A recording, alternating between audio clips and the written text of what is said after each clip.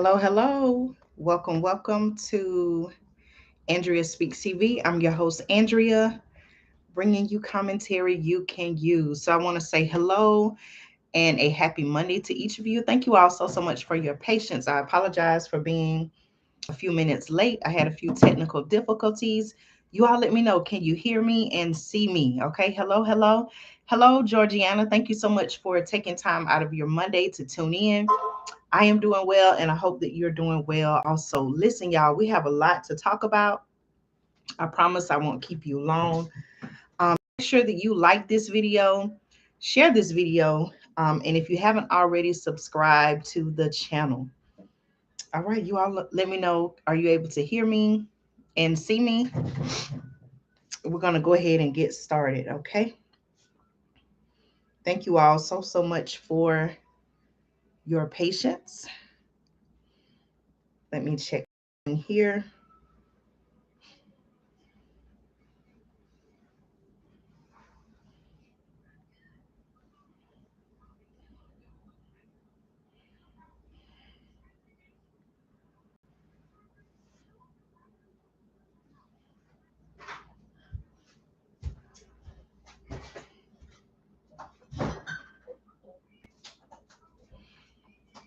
All right, could someone type in the chat? Let me know that you all can hear me and see me clearly.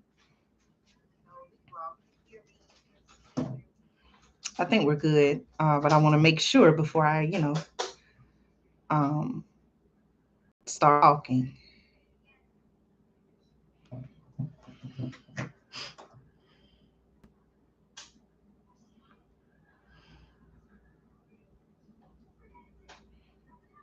Okay, I think we're good. All right.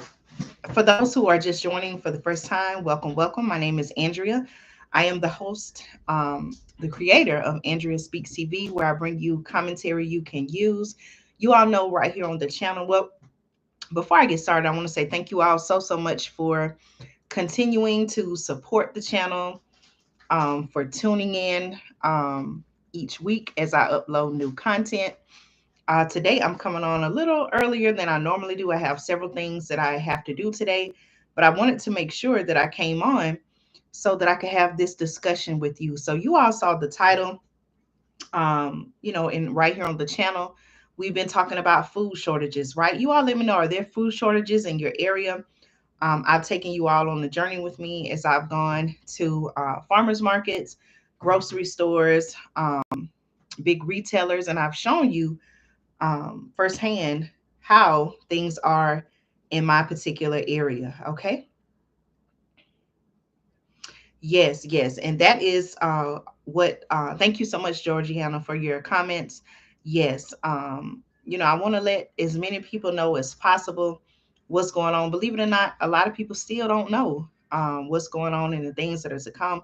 And so I hope that those people find this channel so that they can be informed and made aware because, quite certainly for many people, um, the past times, the current times, have been hard for some, and definitely, um, based on my research, things that are coming, it may be harder for some as well. But today's topic, I want to talk about food shortages. And I also want to talk about the fact that our food supply seems to be recent events, specifically what's happening between Ukraine and Russia, and how many people are saying that because the countries are, allegedly at war, um, that the global food supply, is at risk. Specifically, wheat. When we talk about wheat, those countries, from my understanding and based on my research, they supply a great amount of wheat to the world. And what they're saying is because these countries are at war, because Ukraine may have some challenge be able to export any wheat at all, based on the different bans and sanctions that are put into place. They're saying that, um, you know, other parts of the world, Africa, um, possibly maybe here in the United States, they won't be able to get the amount of wheat and other foods that normally would come from those specific regions. I apologize there. So I want to talk about some things that have been happening here in the United States and why I'm concerned about the current food supply. You all make sure you like this video, share this video, and subscribe to the channel. Now, I have a story. I have a few things that I want to talk about, and one of them being, you all know I've reported right here on the channel. I've talked about how in my particular area, I'm located in the Southeast. I've talked about how really, just as of last week, and even our weather reports are saying this week that we are under a heat wave, or there's a heat dome that, from my understanding, started out west in the western United States and it traveled to our specific area. Well, this heat wave, from what I'm learning, has basically been across all parts of the United States. And just a few days ago, there was a report that came out that there were cattle. There were several thousands, maybe I believe 2,000 cattle, if I remember correctly, that lost their lives. Do you all remember? Read some information to you. Now, this information comes from CBS 46. Okay, this information comes from CBS 46. And hold on, let me make sure this is the right article here. Thank you all so much for your support. Okay, let me see. I have two different articles here. Okay, this information actually comes from the Associated Press, and the title of the article says "Heat Stress Blamed for Thousands of Cattle Deaths in Kansas." Okay, are you all aware of that story? Let me know in the comments. This story came out a few days ago, and basically what they're saying is that there were, I believe, 2,000 cattle, 2,000 cattle that were basically taken out due to the heat wave. Okay, you all let me know if you're aware of this story. Okay, all right. So this information, this news comes out of Belle Plaine, Kansas. Okay, Belle Plaine, Kansas, and I want to make you aware of this story, and I want to talk about the impact that this may not only have on our food supply, but as well as food prices on, raising the cattle, selling the cattle, for meat, um, and things like that. It's going to have an effect on them as well. Okay. And I want to tell you why we need to take stories like these and pay even more attention to what's going on. Okay. All right. So again, this information comes from Associated Press, and it's out of Belle Plaine, Kansas. The article says thousands of cattle in feedlots in southwestern Kansas have lost their lives due to what the article is saying, heat stress that was caused by soaring temperatures, high humidity, and little wind in recent days. Okay, industry officials said. Now, the final toll remains unclear, but as of Thursday, the article says at least 2,000 heat related deaths had been reported to the Kansas Department of Health and Environment, the state agency that assists in disposing of those cattle. Okay. Now,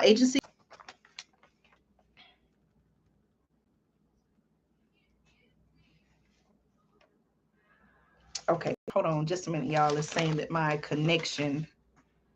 Okay. All right. I think I'm back. Okay. So the article says that agency spokesman Matt Lahr expects that number to rise as more feedlots report losses from this week's heat wave. Okay. Are you all familiar with Associated reports on social media and elsewhere that something besides the weather is at play? But Kansas agricultural officials say there's no indication of any cause. Now, you all know right here on the channel, we have those who are part of our community. If you have not subscribed yet, I do want to encourage you to subscribe, join our community. That way you can stay connected and we can inform each other when, whenever there's breaking news or news that not a lot of people are talking about, but it's news that we need to know about. So, about everything that's going on. You all know I have talked about the fact that there are unusual weather patterns happening all across the United States. Um, and just the pandemic overall has shown, wait a minute, something, this is unusual, something isn't going right. Okay, something, this just isn't normal, right? Have you felt like that? You all let me know. I certainly have felt like, wait a minute, like what's going on? Something, this is just all, something just doesn't make sense somewhere. Okay. And so I think that, you know, when this story came out, a lot of people who may not have known, what you and I know, that hey, something isn't going right, something is unusual. A lot of people, this particular instance with over 2,000 cattle losing their life due to what they're claiming is heat related stress. I think a lot of people started to question and say, hey, wait a minute, um, something just isn't going right here. Something isn't adding up. And so, it took a situation like this to, really grab people's attention. Okay. But let me keep sharing the story just in case you are not aware. Um, let's see.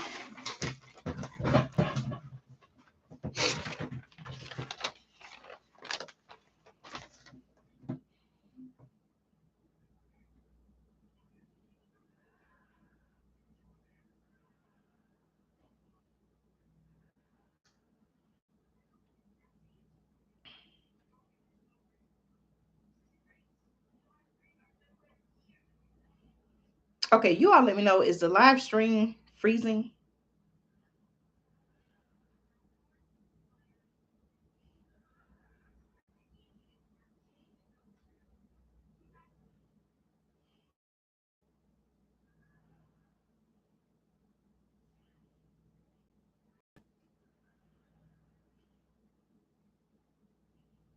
You all let me know if the live stream is freezing on your end.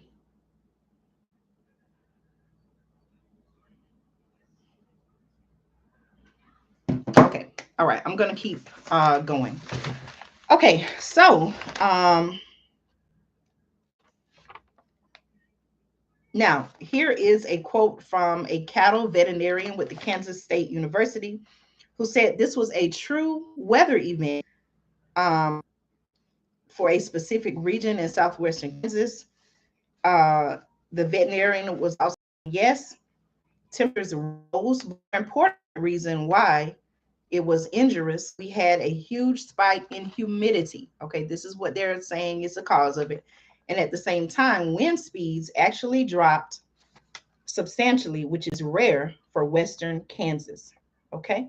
All right. Thank you. Thank you. Okay. Georgiana said yes. Okay. I may have to, I had a few different items that were connected to the Wi-Fi. So I just disconnected one of those items. So thank you all so much for joining. Sharon, I think this is the first time I'm seeing your name a part of the live stream. So I would like to invite you to subscribe. And also, Georgiana, if you have not subscribed as well, please make sure you subscribe to the channel. That way you can stay connected whenever I do upload new content and whenever I do go live. So you all make sure that you like this video, help the channel grow. Please do me a favor by helping the channel to grow. Please make sure you like this video, share this video, and subscribe to the channel if you haven't already subscribed. Okay. All right. So what do you all think? Do you think this was that, all these cattle passing away? Do you think this was by chance?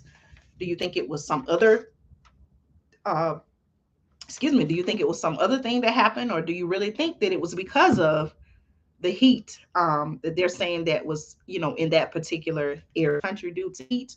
So I find it very I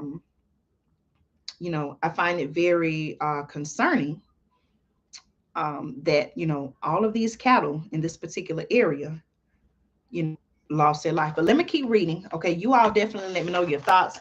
Now, if you're tuning in for the first time, I do want to let you know in the live stream. So please make sure that you post your thoughts in the comments so that I can know what you're thinking and what your thoughts are on this important topic. Okay. Now, last week, the article says temperatures were in the 70s and 80s, but they spiked higher than 100 degrees. Okay. That's according to the article. And who said it was that sudden change that didn't allow the cattle to acclimate that caused the heat stress issues in them. Okay. Let's see. Okay, thank you. Sharon said I'm already subscribed. I got yes, thank you. Okay. Sometimes I don't always know. Um, oh, it's saying it's trying to remix. Okay, hold on. Okay. All right. Sharon says I'm already subscribed. Okay, very good. Thank you so much for your support. Okay, I'm glad that you're getting the notifications. Sometimes I don't always know if YouTube sends them out. Um, I'm so glad that it came up. Okay, thank you. All right. So they're saying that because the temperature spiked, that the cattle didn't have time to get acclimated to the new temperature. Okay, you all let me know, what do you think about that? Now here's where it gets concerning as well, especially for those farmers who own the cattle. Okay, listen to this, y'all. Um, Now the loss of life, okay, the cattle's loss of life represents a huge economic loss because the animals, this is according to the article, which typically weigh around 1,500 pounds, that's 1,500 pounds, are worth around $2,000 per head. Okay. Federal disaster programs will help some producers who incurred a loss, she added. Okay. Notice how it said, notice how the article says that federal disaster programs will help some producers. Okay. Some, but not all, is what it sounds like to me. Okay. The article also says, and the worst may be over. Nighttime temperatures have been cooler, and as long as there is a breeze, the animals are able to recover. Okay. Hagen also said that heat related deaths in the industry are rare because ranchers take precautions. Okay. They take precautions during the heat of the day, sprinkler systems to cool them off. Okay. So it kind of makes you wonder, what happened this particular time. Okay. Here's another quote. It says heat stress is always a concern this time of year for cattle, and so they have mitigation protocols put in place. Being video footage that someone recorded and put out on social media, showing all of the cattle that lost their lives. I didn't want to, put that on the channel, but if that's something that you're interested in seeing, it's certainly out there for you to see. But it was definitely a lot of cattle that they had to collect and dispose of.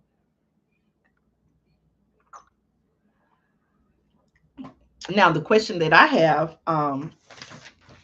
we know that they're saying that some of the farmers are going to get assistance. Do you think this will have an effect on the meat supply, the price of meat, the availability of meat? Okay, you all let me know your thoughts on that as well. Okay, and there was also saying that elsewhere cattle ranchers haven't been so hard hit. Um, in Nebraska, they were saying that they don't have any reports of higher than normal cattle deaths despite a heat index of well over 100 degrees this past week. Okay. Let's see. They also say they have water and sprinklers here meaning in Oklahoma, to help mitigate heat and the heat wave. But we don't have any control over what they're saying, Mother Nature. Okay. So you all let me know. Georgiana, could you share why you say it sounds suspicious to you? It sounds suspicious to me because, like I said, you would think that, and just like the article mentioned, you would think that the ranchers, the ones who are owning and raising cattle, that, they have all types of protocols in place to protect their cattle.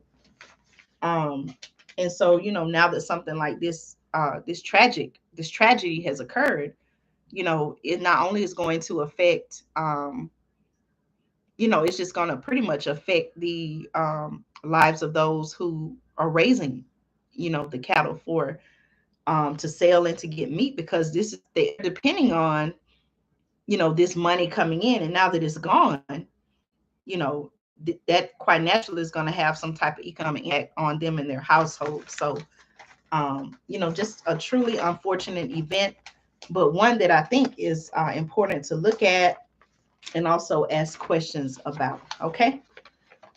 Let's see.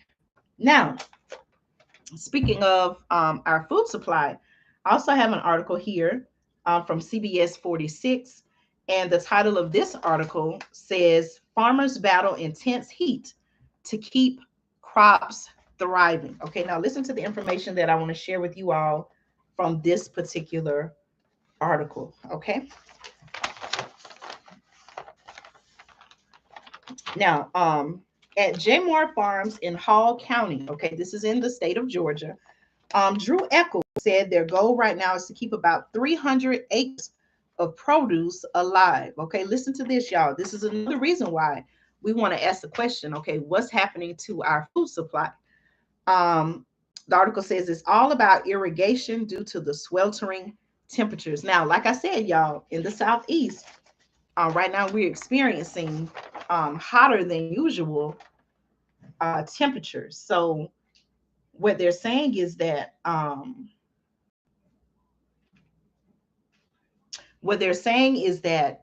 farmers are having to work harder and keep their crops irrigated during this time of extreme heat. Okay.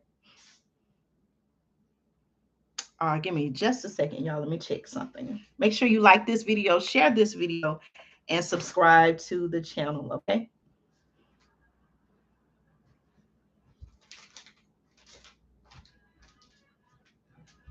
Okay. All right. Thank you. Thank you. Thank you. Now, okay, Eccles was quoted as saying, fortunate 100% irrigated here on the farm. Okay. So the reason why I'm sharing this is I want you all to know farmers are having to work hard. Okay. They're having to work very hard to keep the crops alive so that they can continue to grow and produce, fruit, vegetables, so that they can be sold to the markets, and then for consumers like you and I to purchase them. Okay. So listen to this, y'all.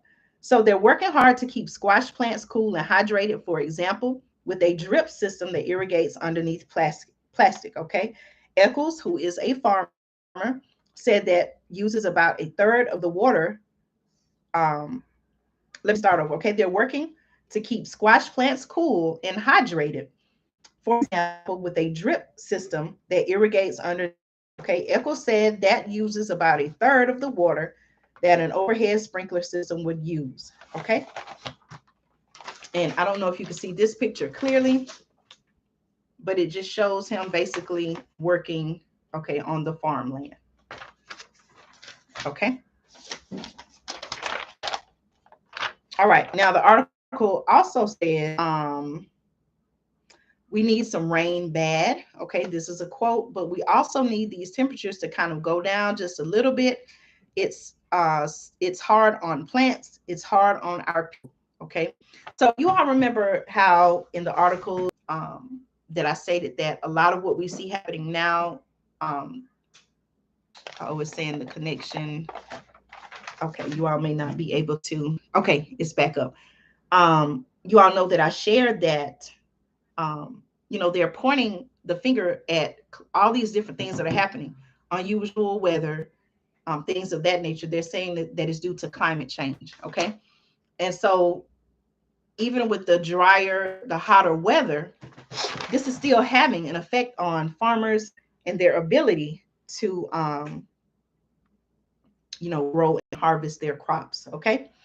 As they harvest peaches, strawberries, and other produce, Eccles is concerned about the safety of his employees working in the hot temperatures. Okay, of course, quite naturally, that is a concern. Even for you all who are watching, please, and even for myself and my family, you and your family, please make sure that if it's extremely hot in your area, please make sure that you're staying hydrated, you're taking precautions. Don't even sit in your car for a long period of time, even for a short period of time. It's very hot. those are things that we also have to keep in mind as well. So the farmer Eccles is concerned about the safety of his employees working in the hot temperatures. They're stopping the workday at around 3 p.m. right now to get them out of the heat. Okay. After the article says, after an abnormally dry May, excuse me, y'all. Excuse me. Sorry about that. Okay, so the article says after an abnormally dry May and with a heat wave underway, even before the official start of summer, Eccles is hoping the forecast will take a turn soon. Okay. He said that the 5 day forecast is not very favorable. 5 days from right now, I don't want to get another 5 day forecast that's not very favorable. Okay. Because you start, you get into, a month and a half. This is a quote, or 2 months of heavy irrigating in these kind of temperatures. Water sources start going down. The amount of water that we can actually pump goes down. Okay. Hence, I've been telling you about water shortages. Okay. And he says it's just hard to keep things alive that long for that prolonged period of time. Okay. Thank you. And hello to everyone who's tuning in. Please make sure you like this video. These are things that you can do to help support the channel and help the channel grow. Make sure you like this video, share this video, and also subscribe to the channel if you have not subscribed. And you all let me know in the chat, what do you think about this information so far? Okay.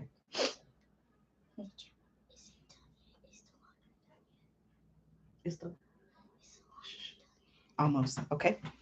Can you get some more vanilla, the vanilla kind? Okay, thank you. All right, y'all. So you can see that even the farmers are having some challenges, and if they're going, I know how challenging it can be to have a home garden. Imagine where you have several acres of land and you're having to make sure, okay, all of your crops are water, as frequently as they need to be. Okay. Mm. I think I remember that. I remember that story, Georgiana. Georgiana shared that last year in North Carolina or South Carolina, hundreds of sheep passed away. They said it was a lightning strike. I think I remember reading something like that. Mm.